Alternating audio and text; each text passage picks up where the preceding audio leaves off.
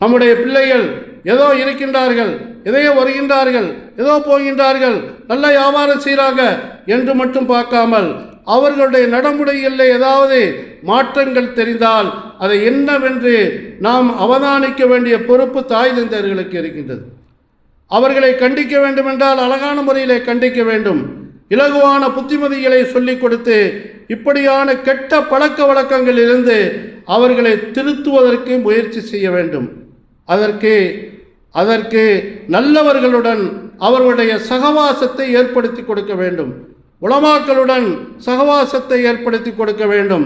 ஷைഖ்மார்களுடன், நல்ல தரீகாவாதிகளுடன், நல்ல தாயிகளுடன் அவர்களுடைய தொடர்பை ஏற்படுத்தி கொடுத்து அவர்களை நல்ல பிரஜைகளாக ஆக்குவதற்கு நாம் தாய் தந்தையர்கள் கட்டாயமாக முயற்சிக்க வேண்டும்.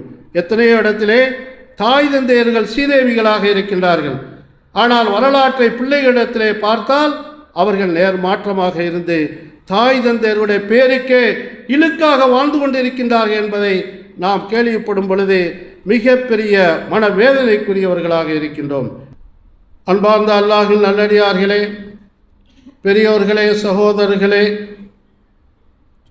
வாலிபர்களே, எல்லாம் வல்ல அல்லாஹ் சுப்ஹானஹு வ தஆலா எந்த விஷயங்களை நலவென்று போதித்திருக்கின்றானோ அந்த விஷயங்களை எடுத்து நடப்பதற்கும், எந்த விஷயங்களிலிருந்து முற்றிலுமாக எம்மை விலகி நடந்து கொள்ளும்படி ஏவிருக்கின்றானோ அப்படிப்பட்ட அனைத்து காரியங்களிலிருந்து முற்றிலுமாக எம்மை விலக்கி நடந்து கொள்வதற்கு ஆரம்பமாக எனக்கும் அடுத்ததாக உங்களுக்கும் வசியத் என்னும் போதனாம்சம் செய்து கொள்கின்றேன். எந்த மனிதர்கள் எல்லாம் இவ்வுலகத்தில் வாழக்கூடிய காலத்திலே அல்லாஹ்வுக்கும் அவருடைய ரசூலுக்கும் கட்டுப்பட்டு வாழ்வார்களோ அவர்களே உலக வாழ்க்கையிலும் ஜெயம் பெற்றவர்கள், நாளை மறுமையுடைய முடிவில்லா வாழ்க்கையிலும் ஜெயம் பெறக்கூடியவர்கள். ஆகவே உலோகத்திலும் வெற்றி பெற்ற நல்லோர்கள், சாலிஹீன்கள், முத்தகீன்களுடைய கூட்டத்திலே எல்லாம் வல்ல அல்லாஹ் நம் அனைவர்களையும் சேர்த்துக் கொள்வானாகவும் ஆமீன். அன்பார்ந்த அல்லாஹ்வின் நல்லடியார்களே, அல்லாஹு தாலா இந்த உலகத்தில் வாழக்கூடிய சொற்ப காலத்திலே நமக்கு நல்ல பல வழிகளை காட்டி தந்திருக்கின்றான். ஒவ்வொரு விஷயங்களிலும் ஒரு முன்மாதிரியை அல்லாஹு தாலா நமக்கு படித்து தருகின்றான். அதை கொண்டு நபிகள் கோமான் ஸல்லல்லாஹு அலைஹி வஸல்லம் அவர்களுடைய வாழ்க்கை வழிமுறைகளும் இருந்திருக்கின்றது என்பதை ஒவ்வொரு விஷயத்திலும் நாம் காணக்கூடியதாக இருக்கின்றது. இந்த அடிப்படையிலே உலகத்தில் வாழக்கூடிய காலத்திலே நாம் ஒவ்வொருவரும் யாரை ஒரு நண்பனாக ஏற்றுக்கொள்ள வேண்டும், எடுத்துக்கொள்ள வேண்டும் என்பதை பற்றியும் கூட அல்லாஹ் தன்னுடைய திருமறையிலே எடுத்து காட்டுகின்றான். எப்படிப்பட்டவரை நண்பராக எடுக்க வேண்டும்? அவர் நல்லவராக இருக்க வேண்டுமா, அல்லது செல்வந்தராக இருக்க வேண்டுமா, அல்லது படித்தவராக இருக்க வேண்டுமா என்பதை போன்றுண்டான விஷயங்களை வைத்து மட்டும் கணிப்பிடுவதில்லை. உண்மையிலே ஒரு நண்பனை நாம் தேர்ந்தெடுப்பதென்றால் அது இந்த உலகத்திற்கு மட்டுமல்ல, நாளை மறுமை வரையிலும் அவன் நம்மை நலவான முறையிலே கொண்டு போய் சேர்க்கக்கூடிய ஒரு மனிதனாக இருந்தால் அவனே உற்ற நண்பனாக, நல்ல நண்பனாக கணிக்கப்படுவான் என்ற செய்தியை அல் குர்ஆன் நமக்கு எடுத்து காட்டுகின்றது. அல்-அஹில்லாஉ யௌமைதின் பாலுஹும் லிபாலின் அது இல்லல் முத்தகீன். அல்லாஹ் கூறுவான், நீங்கள் எடுத்துக்கொள்ளக்கூடிய தோழர்கள், நண்பர்கள் ஒருவர் மற்றவர்களுக்கு நாளை மறுமையிலே எதிரிகளாக மாறிவிடுவார்கள். உற்ற நண்பர்களாக நாம் இங்கே இருப்போம், நெகமும் சதையுமாக இருப்போம். அவர் சாப்பிட்டால் தான் நாம் சாப்பிடுவோம். அவர் எங்கெல்லாம் செல்வாரோ அங்கெல்லாம் பின்னாலே நாமும் கை கொடுத்து செல்வோம். இப்படி எல்லா மட்டத்திலும் ஒருவர் மற்றவருக்கு உண்மையான நண்பர். மற்றவர்கள் பார்த்து இவர்களைப் போன்றுதான் இருக்க வேண்டும் என்று சொல்லக்கூடிய அளவிற்கு நம்முடைய நட்பு உலகத்திலே இருக்கின்றது என்றால் அது மறுமையிலே சில நேரத்திலே சிலரை கொண்டு நமக்கு விரோதமாக ஆகிவிடும் என்று அல்லாஹ் கூறுகின்றான். ஏன் விரோதமாக ஆகும்? துன்யாவிலே இருக்கக்கூடிய காலத்திலே அவர்கள் நல்ல விஷயங்களுக்கு நண்பர்களாக இருக்கவில்லை. நல்ல விஷயத்தை எடுத்துக்கொள்வதற்கு அதை முன்மாதிரியாக காட்டுவதற்கு, தானும் அமல் செய்து நம்முடைய நண்பனை அமல் செய்ய வைக்க வேண்டும் என்பதற்கு ஒரு நமூனாவாக அவர் இருக்காதன் காரணத்தினால் அவரிடத்திலே தக்வா இல்லாமல் போய்விட்டது. தக்வா என்றால் உள்ளச்சம், அல்லாஹ்வுடைய பயம், எந்த நேரத்திலும் அல்லாஹ் பார்த்து கொண்டிருக்கின்றான் என்ற எண்ணம் ஒரு உண்மையான நண்பனிடத்தில் இருந்தால் தன்னுடன் இருக்கக்கூடிய நண்பனையும் அதே வழியிலே இழுத்து கொண்டு செல்வான். இவன் வெளிரங்கத்திலே உண்டான விஷயங்களுக்கு மட்டும் நண்பனாக இருந்தால் நாளை மறுமையிலே இந்த நண்பன் அவனுக்கு விரோதியாக மாறிவிடுவான். காரணம், இவனிடத்திலே அல்லாஹ்வுடைய அச்சம், பயம், தக்குவா இல்லை என்ற செய்தியை அல்லாஹ் தன்னுடைய திருமறையிலே மிக அழகான முறையிலே சொல்லி காட்டுகின்றான். மக்காவிலே 2 நண்பர்கள் இருந்தார்கள். இருவரும் காவிர்கள். இஸ்லாத்தை ஏற்றுக்கொள்வதற்கு முன்னிருந்தே அவர்கள் நண்பர்களாக இருந்தார்கள். உத்பத் பின் முஈத், உபய் பின் ஹலஃப். இவர் 2 பேரும் மிகப்பெரிய வம்பர்கள். கண்மணி நாயகம் ஸல்லல்லாஹு அலைஹி வஸல்லம் அவர்களுக்கு, அவருடைய மார்க்கத்திற்கு, அவருடைய நபித்துவத்திற்கு மிகப்பெரிய விரோதிகளாக இருந்தவர்கள். இந்த உத்பத் பின் முஈத் என்று சொல்லக்கூடியவர் ஒரு பெரிய வியாபாரியும் கூட. மக்கா விட்டு வெளியே சென்று வியாபாரம் செய்து பெரும் பொருள்களிடம் வந்தவுடன் அரபிகளிடத்திலே ஒரு பழக்கம் இருக்கின்றது.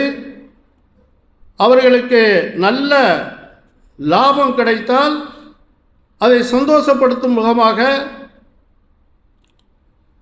அங்கே இருக்கக்கூடிய முக்கியஸ்தர்களை அழைத்து ஒரு விருந்து வைப்பார்கள். அந்த பழக்கப்படி அவர் பலருக்கும் சொன்னார். அதை போன்று கண்மணி நாயகம் ஸல்லல்லாஹு அலைஹி வஸல்லம் அவர்களுக்கும் அழைப்பு கொடுக்கின்றார். அழைப்பை ஏற்று அவர்களும் வந்தார்கள் வீட்டிற்கு. பரிமாறப்படுகின்றது உணவுகள். எல்லோரும் சந்தோஷமாக ஒருவர் மற்றவருடன் பேசி சிரித்து கலைத்து கொண்டு சாப்பாட்டை சாப்பிடுகின்றார்கள். நாயகம் ஸல்லல்லாஹு அலைஹி வஸல்லம் அவர்கள் மட்டும் சாப்பிடாமல் அப்படியே உட்கார்ந்து கொண்டிருக்கின்றார்கள். அந்த உடையக்காரர் உத்பத் பின் முஈத் என்று சொல்லக்கூடியவர் அருகில் வந்து கேட்டார், யா முஹம்மத், என்ன நீங்கள் அப்படியே உட்காந்துருக்கிறீங்க, சாப்பிடலையான்னு கேட்டார். அப்போ ஸல்லல்லாஹு அலைஹி வஸல்லம் அவர்கள் சொன்னார்கள், நான் எப்படி சாப்பிட முடியும்? நீமர் இன்னமும் என்னை கொண்டு ஈமான் கொள்ளவில்லை, இஸ்லாத்தை ஏற்றுக்கொள்ளவில்லை. அதனால் நான் உன்னுடைய சாப்பாடை சாப்பிடுவதற்கு விருப்பம் இல்லாமல் இருந்து கொண்டிருக்கின்றேன் என்று சொல்லும் பொழுது அவன் சொன்னான், நான் உங்களுடைய மார்க்கத்தை ஏற்றுக்கொள்கின்றேன். அஷ்ஹது அல்லா இலாஹ இல்லல்லாஹ் வ அஷ்ஹது அன்னக ரசூலுல்லாஹ் என்று அவன் சொன்னான். சபை கலைந்து விட்டது. பின்னால் அவனுடைய கூட்டாளியாக இருந்த உபய் பின் ஹலஃப் என்று சொல்லக்கூடியவன் அவரை சந்திக்கின்றான். அவர் வெளியிலே வியாபாரத்தில் இருந்துவிட்டு ஊருக்கு வருகின்றார், மக்காவிற்கு. கேள்விப்பட்டார் உத்பா முஈத் இப்படி ரசூலுல்லாஹி ஸல்லல்லாஹு அலைஹி வஸல்லம் அவர்களை கொண்டு ஈமான் கொண்டு விட்டார் என்று. இவர் கடுமையான கோபம். நாம் நண்பர்களாக இருக்கின்றோம், நம்மிடத்திலே ஒரு வார்த்தை சொல்லவில்லை, நம்முடைய மார்க்கத்தை அழிப்பதற்காக வேண்டி முகமது வந்திருக்கின்றார். இப்படி இருக்க அவனிடத்திலே போய் இவர் இஸ்லாத்தை ஏற்றிருக்கின்றாரே என்று அவரை பார்த்தும் பார்க்காத போன்று நண்பருடன் பேசாமல் சில நாட்கள் தெரிந்திருக்கின்றார். இவர் கிட்டே போய் கேட்டார் ஒரு நாள், என்னப்பா நீங்கள் என்னிடத்தில் பேச மாட்டேங்கிறீங்களே, ஏன் அப்படின்னு. நான் எப்படி பேசுவது? நீ தான் மார்க்கம் மாறிவிட்டியாமல, முகமதை கொண்டு ஈமான் கொண்டு விட்டியாமல அப்படின்னு சொல்லி அவர் சொன்னார். அப்போ இவர் சொன்னார், நான் ஒரு சந்தர்ப்பத்துக்காக வேண்டி அப்படி சொன்னேன், உண்மையாக நான் ஈமான் கொள்ளவில்லை என்று சொன்னார். அப்படியா? அப்படி என்றால் நான் சொல்வதை போன்று நீ செய்தால்தான் உன்னை நான் நம்ப முடியும் என்று சொன்னான். அது என்ன செய்ய வேண்டும்? என்னுடைய கண்ணுக்கு எதிரால் அந்த முகம்மதுடைய முகத்திலே நீ காரி துப்ப வேண்டும் என்று சொன்னான். காரி துப்ப வேண்டும், அதை நான் பார்க்க வேண்டும். இவ்வாறு அவன் சொல்லும் பொழுது அதை பற்றி ஒன்றும் பிரச்சனை இல்லை, நம்ம ஒரு நேரத்துக்கு அதை செஞ்சுக்கிடுவோம் அப்படின்னு சொல்லி சந்தர்ப்பத்தை எதிர்பார்த்து கொண்டிருந்தான். ஒரு நாள் காபத்துல்லாவுக்கு அருகாமையில் ஸல்லல்லாஹு அலைஹி வஸல்லம் அவர்கள் வருகின்றார்கள். அந்த நேரத்திலே இவர்கள் 2 விரோதிகளும் அங்கே நிற்கின்றார்கள். சந்தர்ப்பத்தை பயன்படுத்தி ஸல்லல்லாஹு அலைஹி வஸல்லம் அவர்களுக்கு அருகாமையில் சென்ற இந்த உத்பத் பின் முஈத் காரி அவர்களுடைய முகத்திலே துப்பிவிட்டான். நஊது பில்லாஹி மின்ஹா. ஸல்லல்லாஹு அலைஹி வஸல்லம் அவர்களுடைய முகத்திலே அவன் துப்பிவிட்டான். ஸல்லல்லாஹு அலைஹி வஸல்லம் அவர்கள் ஒன்றுமே சொல்லவில்லை. அவர்கள் அந்த இடத்திலிருந்து அப்படியே நகண்டு சென்று விட்டார்கள். அல்லாஹ் விரும்புவானா? தன்னுடைய அடியார், தன்னுடைய தூதர், மிக ஹுப்புக்குரியவர், நெருங்கிய நண்பர் என்று அவர்களை போற்றிய அந்த ஸல்லல்லாஹு அலைஹி வஸல்லம் அவர்கள் மீது முகத்திலே துப்பியவனை அல்லாஹ் விரும்புவானா? சும்மா விடுவானா? இல்லை. ஒரு சந்தர்ப்பத்திலே ஸல்லல்லாஹு அலைஹி வஸல்லம் அவர்கள் யுத்தத்திலே கலந்து கொண்டிருக்கும் பொழுது அந்த உத்பாவை தன்னுடைய கையாலேயே வாள் எடுத்து வெட்டினார்கள், அவனை கொலை செய்து விட்டார்கள் என்ற வரலாற்றை நாம் காணக்கூடியதாக இருக்கின்றது. வரலாறு மிக நீண்டது, சுருக்கமாக நாம் சொல்கின்றோம். சொல்ல வர வேண்டிய கருத்து என்னவென்றால், அவன் இஸ்லாத்தை தழுவியதை கொண்டு ஒரு நல்ல நண்பனை எடுத்தான் முஹம்மது ஸல்லல்லாஹு அலைஹி வஸல்லம் அவர்களை. இவனுடைய பேச்சை கேட்டு மாறினதின் காரணத்தினால் அவனுக்கு அந்த பாக்கியம் கிடைக்காமல் ஒரு நரகவாதியாக போய் சேர்ந்தான். அதுக்குத்தான் அல்லாஹ் சொல்றான், முத்தகீன்களுடன் நீங்கள் இருக்க வேண்டும், நல்ல அல்லாஹ்வை பயந்து நடக்கக்கூடிய மக்களுடன் நீ வாழ வேண்டும், அப்படிப்பட்டவர்களை நண்பனாக நீ எடுக்க வேண்டும். இல்லாவிட்டால் இங்கேயும் கஷ்டம், மறுமையுடைய மௌத்துக்கு பிறகுண்டான வாழ்க்கையிலும் கேவலம் என்ற செய்தியை இந்த வரலாற்று மூலமாக நாம் காணக்கூடியதாக இருக்கின்றது. அன்பார்ந்தவர்களே, ஸல்லல்லாஹு அலைஹி வஸல்லம் அவர்கள் எதற்காக வேண்டித்தான் அதிகமாக தன்னுடைய துஆவிலே கேட்பார்கள், அல்லாஹும்ம இன்னி அஸ்அலுக ஹுப்பக வ ஹுப்ப மன் யுஹிப்புக வ ஹுப்ப மன் யுகர்ரிபுனி இலா ஹுப்பிக். ஸல்லல்லாஹு அலைஹி வஸல்லம் கேட்பாங்களா, யா அல்லாஹ் எனக்கு உன்னுடைய நேசத்தை தா. அல்லாஹ்வுடைய நேசத்தை நாம் கேட்க வேண்டும். அடுத்ததாக கேட்பார்கள், நீ யாரை நேசித்தாயோ அவர்களுடைய நேசத்தையும் எனக்குத்தா என்று கேட்பார்கள். மூன்றாவதாகத்தான் கேட்டார்கள், உன் பக்கம் நெருக்கி வைக்கக்கூடிய நல்ல அமல் செய்யக்கூடிய பாக்கியத்தையும் எனக்கு தருவாயாக என்று ஸல்லல்லாஹு அலைஹி வஸல்லம். ஆக நாம் எப்பொழுதும் அல்லாஹ்விடத்திலே துஆ கேட்கும் பொழுது அல்லாஹ்வுடைய ஹுப்பை கேட்க வேண்டும், நேசத்தை. அது பெரிய நட்பு. அடுத்ததாக யார் அல்லாஹ்வை அதிகம் நேசிக்கின்றார்களோ அப்படிப்பட்டவருடைய நேசம் நமக்கு வேண்டும்.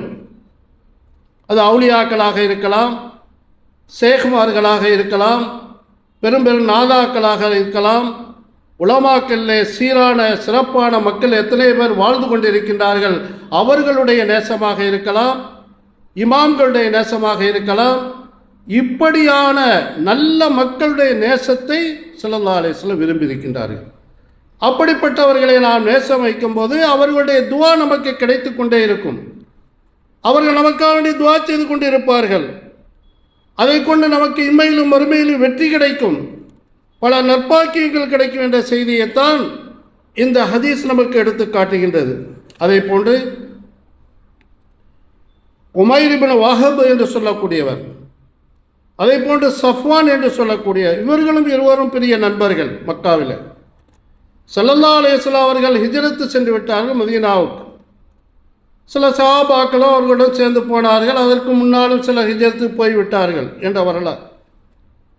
அப்போ இந்த உமைர் இப்னு வஹபும் சஃப்வானும் இஸ்லாத்தை தழுவுவதற்கு முன்னால் காபத்துல்லாவில் இருக்கக்கூடிய ருக்குனே யமானி என்று சொல்லக்கூடிய இடம் இருக்கின்றது அல்லவா, அதில் உட்கார்ந்து பேசிக்கொண்டிருந்தார்களாம். இந்த முகம்மதுனால் நமக்கு பெரிய கஷ்டமாகிவிட்டது, நம்முடைய மார்க்கத்தை மாற்றிவிட்டார், நம்முடைய நிலைகளை முன்னோர்கள் செய்து வந்த சிலைகளை எல்லாம் அவர் அடித்து உடைப்பதற்கு தயாராக இருக்கின்றார். இவருடைய கஷ்டத்தினால் நமக்கு பெரிய மன உளைச்சலாக இருக்கின்றது. இப்போ இங்கிருந்து அவர் மதீனாவுக்கு போய்விட்டார், அங்கே இன்னும் எவ்வளோ பேரை அவர் பக்கம் இழுக்க போகிறாரோ தெரியலை. அதனால் அவரை நாம் ஏதாவது ஒன்று செய்து முடிக்க வேண்டும் என்று இருவரும் பேசிக்கொள்கின்றார்கள். அப்போது அந்த உமைர் இப்னு வஹப் சொல்வார், நீங்கள் சொல்கிறதெல்லாம் சரிதாப்பா, எனக்கும் அப்படியான எண்ணங்கள்லாம் தோன்றுது தான். என்றாலும் நான் குடும்ப பாரம் உடையவன், எனக்கு பெரிய குடும்பம், அவர்களுக்கு செலவு செய்வதற்கு என்ற வேறு வசதிகள் இல்லை, வருமானங்கள் இல்லை, கடன்களும் கொஞ்சம் இருக்கின்றது. இதெல்லாம் இல்லாவிட்டால் நான் நிச்சயமாக மதீனா நோக்கி சென்று அவரை கொலை செய்து விடுவேன் என்று இந்த உமர் இப்னு வஹப் சஃப்வானிடம் கூறுகின்றார். அப்போ சஃப்வான் சொல்லுகின்றார், அதை பற்றியெல்லாம் நீ கவலைப்பட தேவையில்லை, உன்னுடைய குடும்பத்தாருக்கு உண்டான செலவை நீ போய் திரும்பி வர்றவரை நான் ஏற்றுக்கொள்கின்றேன், அதே போன்று நீ கொடுக்க வேண்டிய கடனையும் தந்து விடுகின்றேன், நீ கொடுத்து விட்டே செல், மற்ற நான் பார்த்துக்கொள்கின்றேன் என்று சொன்ன அவர் மேலும் சொன்னால், அவரை நீ தீர்த்து கட்டிவிட்டு, முகம்மதை தீர்த்து கட்டிவிட்டு நீ வந்துவிட்டால் உனக்கு பெருமதியான சன்மானங்கள் நான் உனக்கு தருவேன் என்று அவன் உறுதியளித்தான். இப்போது உமைர் இப்னு வஹப் இந்த செய்தியை ஒப்புக்கொண்டு தன்னிடத்தில் இருக்கக்கூடிய அந்த வாளை எடுத்து நஞ்சிலே ஊற வைத்து எடுத்துக்கொண்டு மதீனா நகருக்கு செல்கின்றார். வேகமாக நடக்கின்றார். எவ்வளோ சீக்கிரமாக போகணுமோ அவ்வளோ சீக்கிரமாக போய் சேர்ந்து விட்டார். அங்கே மதீனா பள்ளிக்கு நெருக்கமாக சென்று கொண்டிருக்கும் பொழுது ஸல்லல்லாஹு அலைஹி வஸல்லம் அவர்கள் மஜ்லிஸிலே இருக்கின்றார்கள், மஸ்ஜித் நபவியிலே. அப்போது உமர் ரலியல்லாஹு தஆலா அன்ஹு அவர்கள் இவரை பார்த்து விட்டார்கள்.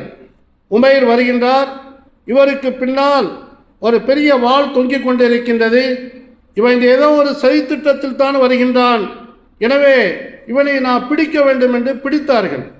அவசரமாக பிடித்து அவனை கொல்வதற்கு தயாரானார்கள். அப்போது வேகமாக வந்து ஸல்லல்லாஹு அலைஹி வஸல்லம் இடத்தில் சொன்னார், நமக்கு விரோதமாக மக்காவிலே செயல்பட்ட உமைர் வந்து இருக்கின்றார், எனக்கென்றால் சந்தேகமாக இருக்கின்றது என்று சொல்லும் பொழுது ஸல்லல்லாஹு அலைஹி வஸல்லம் சொன்னார்கள், ஊத்ருக்கு, அவரை அப்படியே விட்டுவிடுங்கள், அவர் என்ன செய்கின்றார் என்பதை நான் பார்த்து கொள்கின்றேன் என்று. ஸல்லல்லாஹு அலைஹி வஸல்லம் இடத்திலே அவர் நேரடியாக வந்தார், அருகாமையில் வந்து உட்கார்ந்தார். உட்கார்ந்து கேட்டார்கள் ஸல்லல்லாஹு அலைஹி வஸல்லம், என்னப்பா எங்கே வந்தீங்க, என்ன நோக்கத்திற்காக வந்தீர்கள் அப்படின்னு கேட்கும் பொழுது, இல்லை, உங்களை பார்த்து விட்டு உங்களுடைய கூட்டத்தாரை பார்த்து விட்டு செல்வதற்காக வேண்டித்தான் வந்தேன் என்று சொன்னார். அப்படியா? அப்படி என்றால் அங்கே ருக்னே யமானியிலே காபத்துல்லாவிலே இருந்து நீங்களும் சஃப்வான் உட்கார்ந்து ஒரு திட்டம் தீட்டினீர்கள் அல்லவா, முகம்மதை கொலை செய்துவிட்டு வந்தால் அதுக்குண்டான சன்மானத்தை தருவதுடன் உன்னுடைய குடும்பத்தாருக்குண்டான செலவுகளை திரும்பி வருவோம் வரையிலும் நான் கவனித்துக் கொள்கின்றேன் என்றும், உன்னுடைய கடனை உன்னிடத்திலே அதுக்குண்டான காசை தந்து அடைத்து விட்டு வந்தீரே, அதை பற்றி என்ன சொல்லுகின்றீர் என்று கேட்டார்கள் ஸல்லல்லாஹு அலைஹி வஸல்லம். சுப்ஹான ஜல்ல ஜலாலுஹு. இவருக்கு அப்படியே தூக்கி வாரி போட்டு விட்டது. எத்தனையோ மைல்களுக்கு அப்பால் யாருக்கும் தெரியாத இடத்திலே நாம் 2 பேர் மட்டும் உட்கார்ந்து பேசிய அந்த திட்டத்தை எப்படி இவர் அறிந்தார்? எனவே இவர் உண்மையிலேயே ஒரு தீர்க்கதரிசிதான், ஒரு நபிதான், இதற்கு மாற்றுக்கருத்து இருக்க முடியாது என்று சொல்லி தான் கொண்டு வந்த வாளை தூக்கி எறிந்துவிட்டு கண்மணி நாயகம் ஸல்லல்லாஹு அலைஹி வஸல்லம் அவர்களுடைய கரம் பிடித்து ஷஹாதத் கலிமாவை சொன்னார் என்ற வரலாறு ஹதீஸ்களிலே காணக்கூடியதாக இருக்கின்றது. அப்போ அதற்கு பிறகு அவர் சில நாட்கள் ஸல்லல்லாஹு அலைஹி வஸல்லம் அவருடைய இருந்தார் மதீனாவிலே.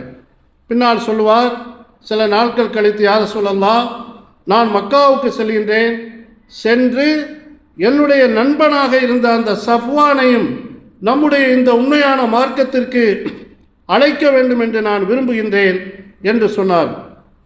அப்போ ஸல்லல்லாஹு அலைஹி வஸல்லம் சரியான ஆசையுடன் சொன்னார்கள், பரவாயில்லை, நீங்கள் போய் வாருங்கள், அவருக்கு தாவத்து கொடுங்க என்று சொன்னார். அப்பொழுது இவர் கேட்டார், நான் போய் அவருக்கு தாவத்து கொடுப்பேன், ஆனால் அவர் பயப்படுவார் உங்களிடத்திலே வருவதற்கு, நீங்கள் தான் என்னை அனுப்பினீர்கள் என்று சொல்லக்கூடிய அளவிற்கு ஒரு அடையாளத்தை ஏதாவது தாருங்கள் என்று கேட்டார். அப்போது ஸல்லல்லாஹு அலைஹி வஸல்லம் தன்னுடைய முபாரக்கான ஜுப்பாவிலே ஒன்றை கலட்டி கொடுத்து, இதை கொண்டு போய் அவரிடத்திலே காட்டும், நான் நபியிடத்திலேருந்தான் வருகின்றேன் என்பதை சொல்லும் என்ற செய்தியை சொல்லி அனுப்பினார்கள். இவரும் போகின்றார். மக்காவுக்கு போய் முதலாவதாக தன்னுடைய கூட்டாளி சஃப்வானை தான் சந்திக்கின்றார். சந்தித்து அவர் சொன்னார், நான் போன இடத்துல இப்படியெல்லாம் நான் பேசியதை அவர் அங்கே சொல்லி காட்டியதால் எனக்கு ஒன்றும் சொல்ல முடியவில்லை. உண்மையாகவே நான் இஸ்லாத்தை தழுவிவிட்டேன். அது உண்மையான நபிதான், அதில் எந்த மாற்றமும் இல்லை. எனவே நீரும் இஸ்லாத்தை தழுவிவிடு என்று சொன்னார். ஒரு நல்ல நண்பன் சொல்லக்கூடிய பேச்சு. அடுத்த நண்பனும் சொர்க்கம் போக வேண்டும் என்பதற்காக வேண்டி அவர் ஆசைப்பட்டு விட்டார். அப்போ அவர் சொன்னார், சஃப்வான், யாப்பா, நானே பெரிய தப்பு செய்து உன்னை கொலை செய்கிறதுக்காக நீங்கள் அனுப்புனதெல்லாம் அவருக்கு தெரிஞ்சு போச்சு. அப்படி இருக்க நான் அவரிடத்துல போனால் என்னை ஏற்றுக்கொள்வாரா, என்னை நிச்சயமாக கொலை செய்ய மாட்டாரா என்று இவர் திரும்பவும் பயந்து கேட்கின்றார். நான் எந்த அடையாளத்தை கொண்டு நான் வர முடியும் அவரிடத்தில் இஸ்லாத்தை கொண்டு என்று. அப்பொழுதுதான் சொன்னார், இல்லை, அவர் மன்னிக்கக்கூடியவர். யார் குற்றம் செய்தாலும் மன்னித்து விடுவார், யார் தவறுகள் செய்தாலும் அதை ஏற்றுக்கொள்வார், அதை அவர் பொருட்படுத்த மாட்டார் என்ற செய்தியை நற்குணம் படைத்தவர் என்பதை அவர்களுக்கு சொல்லும் பொழுது அப்போதும் அவர் சற்று தாமதமானார். எப்படி நான் வருவது என்று மீண்டும் கேட்டார். அப்போதுதான் இந்த உமைர் சொன்னார், நீ இப்படியெல்லாம் கேட்பீர் என்பதற்காக வேண்டித்தான் உண்மையிலேயே ஸல்லல்லாஹு அலைஹி வஸல்லம் இடத்திலே அறுதிமானம் பெற்று வந்திருக்கின்றேன். நீ வந்தால் இஸ்லாத்திலே சேர்த்துக் கொள்வதாக அவர்கள் சொல்லியிருக்கின்றார்கள். அதற்கு அடையாளமாக அவர்களுடைய முபாரக்கான இந்த ஜுப்பாவை தந்திருக்கின்றார்கள் என்பதை அவர் தன்னுடைய ஒரு பையிலிருந்து எடுத்து காட்டுகின்றார். அதை பார்த்து வாங்கி தன்னுடைய முகத்திலே முத்தி கொண்டார் சஃப்வான் ரலியல்லாஹு தஆலா. நேராக தன்னுடைய நண்பருடன் ஸல்லல்லாஹு அலைஹி வஸல்லம் அவர்கள் இருக்கக்கூடிய மதீனாவுக்கு அவரும் திரும்ப வருகின்றார். ஸல்லல்லாஹு அலைஹி வஸல்லம் இடத்திலே, யா ரசூலல்லாஹ், நான் செய்த குற்றங்களை அல்லாஹ்விடத்திலே மன்னிப்பு கேட்டு என்னை விடுதலை செய்யுங்கள், நான் உங்களை கொண்டு மார்க்கத்தை ஏற்றுக்கொள்கின்றேன் என்று அவர் சொல்லும் பொழுது ஸல்லல்லாஹு அலைஹி வஸல்லம் அவர்கள் சொன்னார்கள், யார் இஸ்லாத்தை தழுவதற்கு முன்னால் என்ன பாவம் செய்திருந்தாலும் அவர்களுக்கு அல்லாஹு தஆலா மன்னிக்கக்கூடிய பாக்கியத்தை கொடுக்கின்றான், அவன் மன்னித்து விடுவான். எனவே நீர் இஸ்லாத்தை தழுவிவிடும் என்று சொல்லி ஸல்லல்லாஹு அலைஹி வஸல்லம் அவருக்கு கலிமாவை சொல்லிக் கொடுத்து இஸ்லாத்திலே இணையச் செய்தார்கள் என்ற செய்தியை நாம் காணக்கூடியதாக இருக்கின்றது. சொல்ல வருவது என்னவென்றால், இவர் கெட்ட நண்பர்களாக ஆரம்பத்தில் இருந்தாலும் அடுத்ததாக பெருமானாரை பார்த்து இஸ்லாத்தை தழுவி நாம் மட்டும் சொர்க்கம் போகக்கூடாது, நம்மை அனுப்பிய சஃப்வானும் சொர்க்கம் செல்ல வேண்டும், அவருக்கும் சொர்க்கம் கிடைக்க வேண்டும் என்பதற்காக வேண்டி ஆசை ஆர்வத்துடன் நேரான வழியை காட்டி உண்மையான நம்பத்துவத்தை காட்டினாரே, இதுதான் உண்மையான தோழன், நண்பன் என்பதற்கு அடையாளம். இவர்கள்தான் முத்தகீன்கள், இவர்கள்தான் நாளை மறுமையிலே ஒன்றாக சொர்க்கத்திலே இருக்க முடியும் என்ற செய்தியை காட்டுவதற்கு அல்லாஹு தஆலா இந்த இரண்டு மக்களையும் சஹாபிகளாக மாற்றி உலகம் போற்றும் காலமெல்லாம் ரலியல்லாஹு அன்ஹும் வரது அன், அவர்களை அல்லாஹ் பொருந்திக் கொள்வானாக, அவர்களும் அல்லாஹ்வை பொருந்திக் கொண்டான் என்ற செய்தியை நான் நம்முடைய நாவால் சொல்லக்கூடிய அளவிற்கு நிலைமைகள் இன்று வரை இருந்து கொண்டிருக்கின்றது என்பதை நாம் காணக்கூடியதாக இருக்கின்றது. எனவே அன்பார்ந்தவர்களே, காலங்கள் மிக மோசமான காலத்திலே நாம் வாழ்ந்து கொண்டிருக்கின்றோம். நம்முடைய இந்த காலகட்டத்திலே வளர்ந்து வரக்கூடிய வாலிபர்கள் யாருடன் நட்பு வைக்கின்றார்கள், நம்முடைய பிள்ளைகள் யாருடன் சேர்ந்து நடக்கின்றது என்பதை கண்காணிக்க வேண்டிய பொறுப்பு நமக்கு இருக்கின்றது. இன்று சில பாடசாலைகளுக்கு மத்தியிலும், சில பெட்டி கடைகளுக்கு மத்தியிலும், ஹோட்டல்களுக்கு மத்தியிலும், இன்னும் பல இடங்களிலும் போதைப் பொருட்கள் தாண்டவம் ஆடிக்கொண்டிருக்கின்றது. மிக சாதாரணமாக டொஃபி வாங்குவதை போன்று வாங்கக்கூடிய அளவிற்கு நிலைமைகள் மாறி இன்று நம்முடைய வாலிபர்கள் பலரும் அதிலே மோகம் கொண்டு விட்டார்கள். அதனால் அதை வாங்கி தாய்க்கும் தந்தைக்கும் தெரியாமல், ஏன் சிலர் தன்னுடைய மனைவிக்கு தெரியாமல், தன்னுடைய பிள்ளை குட்டிகளுக்கு தெரியாமல் தனக்குத்தானே அதை வாங்கி குடித்துவிட்டு ஏனாகோலமாக வாகனங்களை ஓட்டி பெரும் விபத்துகளுக்கு ஆளாகி உயிரை நீக்கக்கூடிய ஒரு கஷ்டமான சூழ்நிலைகளை நாம் கேள்விப்படக்கூடியவர்களாக இருக்கின்றோம். ஒவ்வொரு நாளும் விபத்து மரணம் அதிகம் வந்து கொண்டிருக்கின்றது. அது எந்த சமுதாயமாக இருந்தாலும் சரி, குறிப்பாக முஸ்லீம் சமூகத்தை சேர்ந்த வாலிபர்கள் இப்படியான போதைப் பொருட்களுக்கு பலரும் அடிமையாகிவிட்டார்கள் என்ற செய்தியை கேட்கும் பொழுது மிக கவலைக்குரிய விஷயமாக இருக்கின்றது.